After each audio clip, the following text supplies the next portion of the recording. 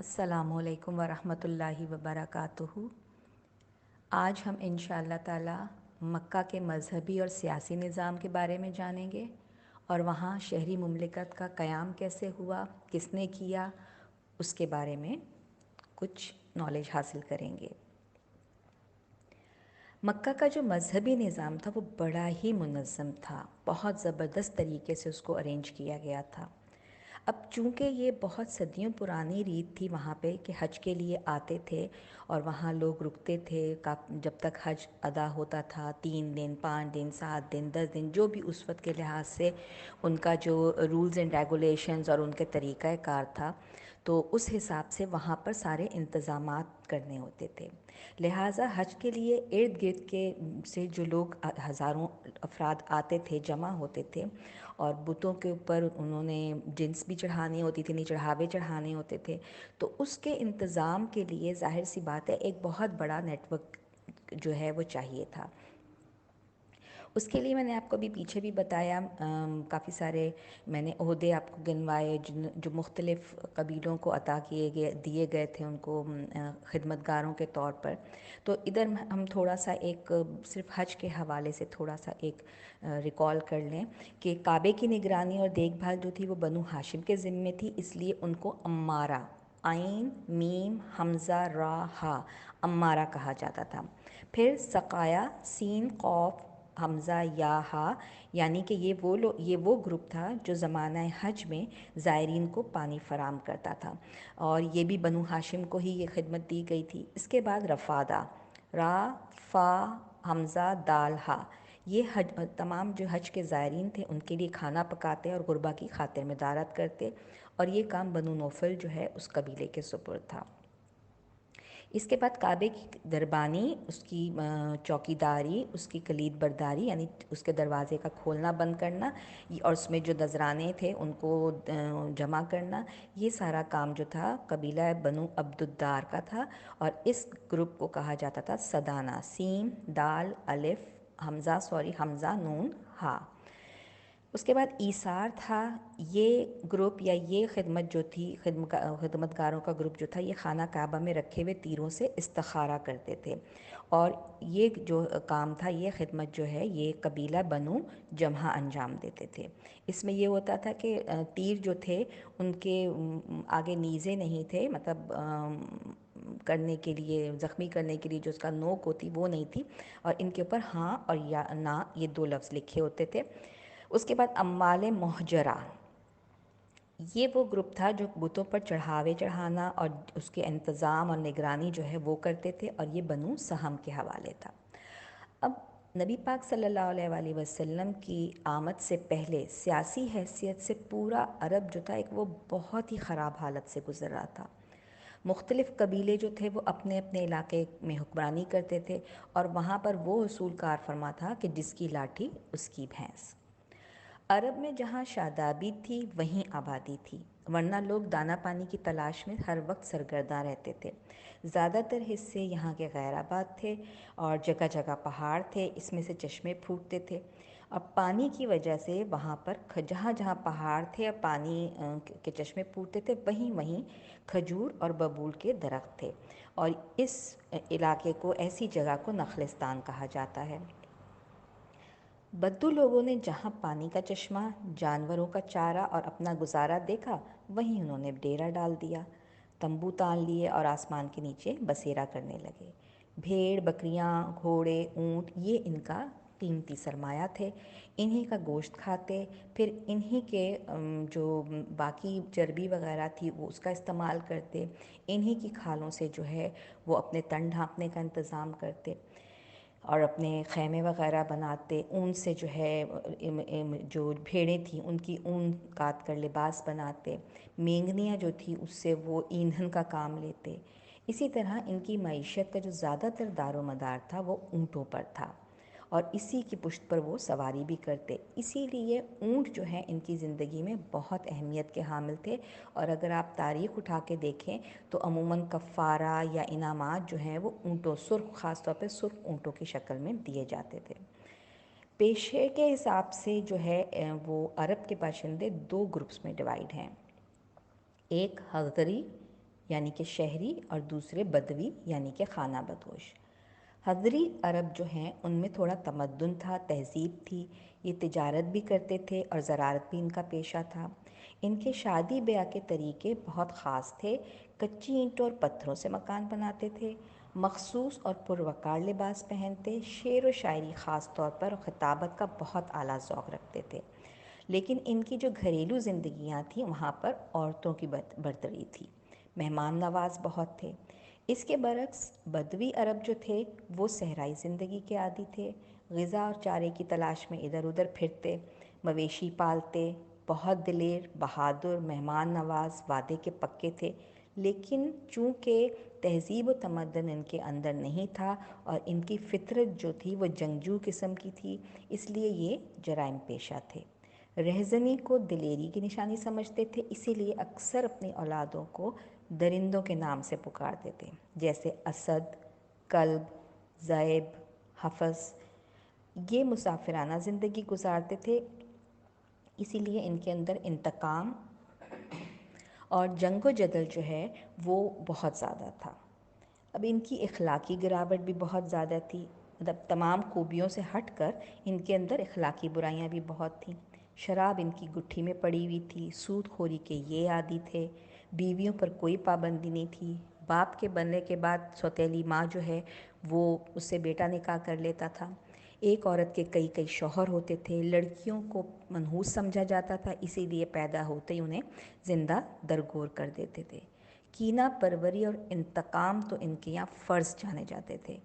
انتقامی لڑائیاں سال ہر سال جاری رہتی۔ رمل، جوتشی، کاہن ان کی باتوں پر بہت یقین رکھتے، تیروں کے ذریعے فال نکالتے، بتوں کو اپنا حاجت روا جانتے اور ان کے نام پر قربانیاں دیتے، چڑھاوے چڑھاتے، یہاں تک کہ انسانی جان کی کئی بھینٹ بھی چڑھانے سے دریغ نہیں کرتے۔ اخلاقی پستی کی یہ جو کیفیت تھی، یہ جو ظلمت تھی، سارے عرب کو اس نے اپنی لپیٹ میں لیا ہوا تھا۔ انسان اشرف المخلوقات سے گر کر، اس کے مقام سے گر کر کس سطح پر آ گیا تھا؟ جانور، بلکہ جانور سے بھی بدتر۔ ایسے میں روئے زمین کو ایک نجات دہندہ کی ضرورت تھی، اور جو اللہ تعالیٰ نے نبی اکرم صلی اللہ علیہ وآلہ وسلم کی صورت میں عطا کی۔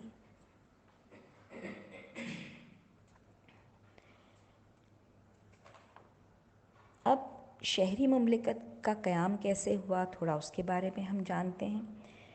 فہر کے بارے میں نے آپ کو بتایا تھا کہ جن کا لقب قریش تھا، اور وہ بہت زیادہ جو ہیں بہت ہی مینٹین کرنے والے حالات کو اور بہت اچھے انتظامات کرنے کے حامل تھے، بہت دلیر اور معاملہ فہم، عقل مند تھے۔ تو فہر کی چھٹی جو پشت ہے اس میں قصہ پیدا ہوئے، یہ 440 عیسوی میں ہوئے، اور انہوں نے اقتدار اور کعبے کی تولید حاصل کی۔ قریش کے جتنے بھی منتشر قبائل تھے جو الگ الگ، میں نے بتایا آپ کو جیسے کہ تمام قبائل کی اپنی اپنی حکمرانی تھی، جس کی وجہ سے کافی لڑائی جھگڑے بھی رہتے تھے، تو انہوں نے قریش کے جتنے بھی منتشر قبائل تھے ان کو ایک جگہ مکہ میں آباد کیا، ان کے تجارتی قافلوں کو منظم کیا۔ قدیم مورخ ابو طاہر مقدسی کا خیال ہے کہ قصہ عرب قریشیوں میں وہ پہلا شخص ہے جو فرزندان اسماعیل کے بعد بادشاہ بنا۔ اس وقت منظر بن نعمان جو ہیں ہیرا میں، جس کو اب عراق کہا جاتا ہے، اور شاہ بہرام گور ایران میں بادشاہ تھے۔ قصہ نے مکہ کے انتظام کو تقسیم کر دیا اور وہاں ایک دارالندوہ بنایا۔ دارالندوہ سمجھنے کہ جیسے شہری مملکت کا ایوان حکومت یعنی کیپٹل یعنی مین آفس ہوتا ہے۔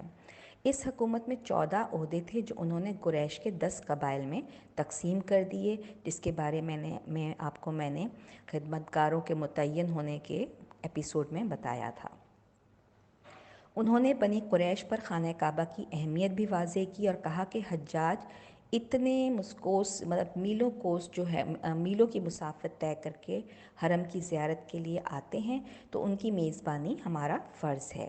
لہٰذا اس تحریک پر بنی قریش نے سالانہ رقم جو ہے وہ ایک مختص کر دی، جس سے منی میں زائرین کو کھانا کھلایا جاتا، اور بڑے بڑے انہوں نے حوض بنائے جہاں پانی کو جمع کر کے پانی کا انتظام کیا جاتا۔ اب قصہ کے 3 بیٹے تھے، عبد الدار، عبد مناف اور عبد العزیٰ۔ ان کے درمیان یہ عہدے تقسیم ہو گئے۔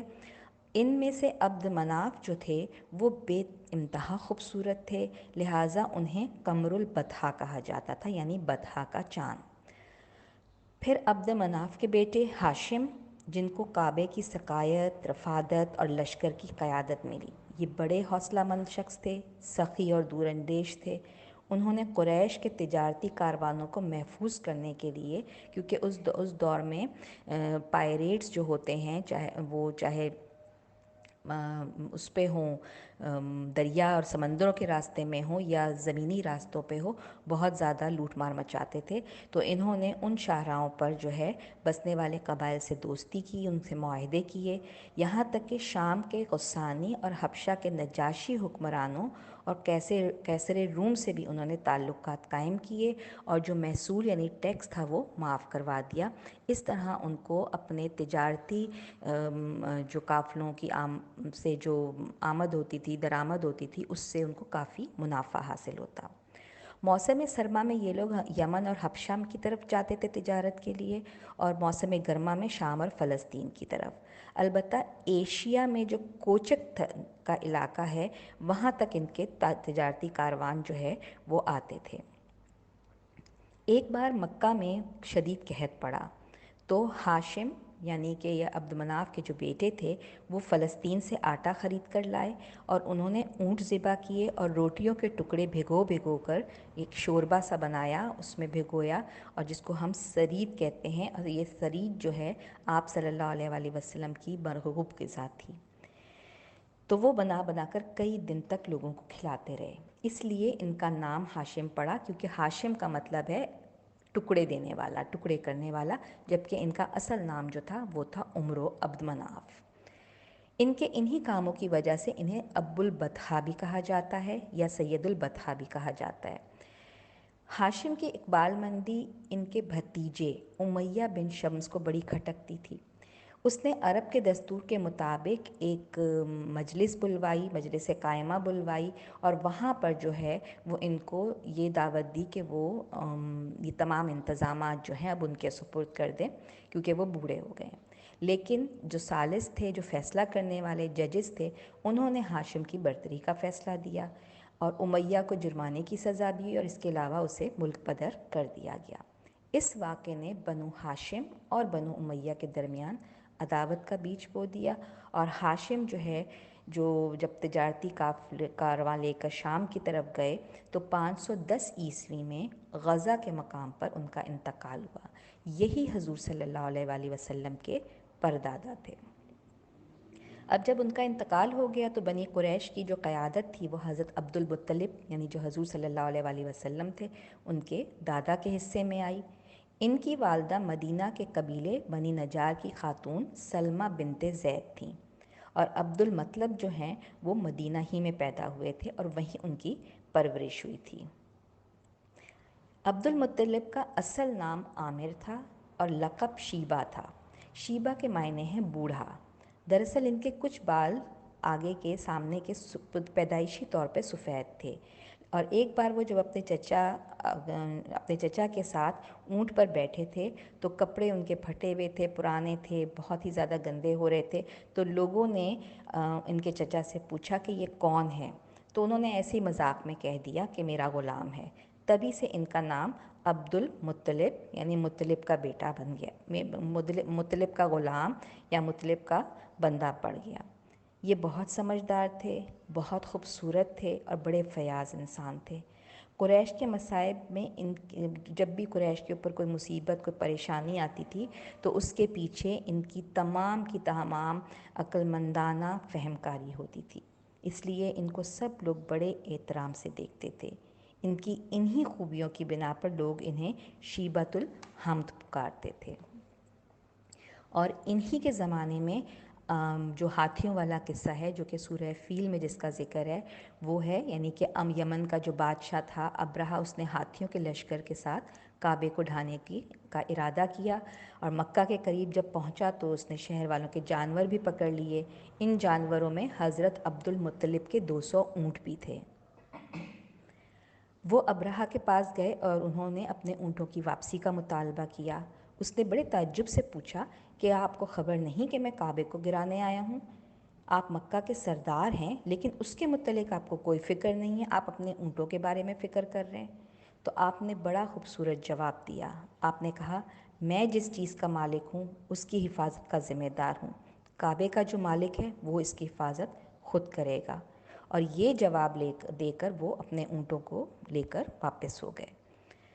ادھر اہل مکہ سے کہا کہ حملے کے وقت پہاڑوں میں پناہ لے لو، یعنی حضرت عبد المطلب نے اپنی قوم، اپنے قبیلے کو کہا کہ پہاڑوں میں پناہ لے لو، کعبے کی فکر نہ کرو۔ کہتے ہیں کہ ابرہہ کی فوج میں ہاتھیوں کی کل تعداد 13 تھی۔ حبشہ کے نجاشی جو ہے وہ بادشاہ کا نام نہیں ہے، بلکہ بادشاہ، جو ہم بادشاہ لفظ استعمال کرتے ہیں تو حبشہ کے لوگ اس کی جگہ نجاشی استعمال کرتے ہیں، جس طرح مصر جو ہے وہ اپنے ہر بادشاہ کو فرعون کہتے تھے۔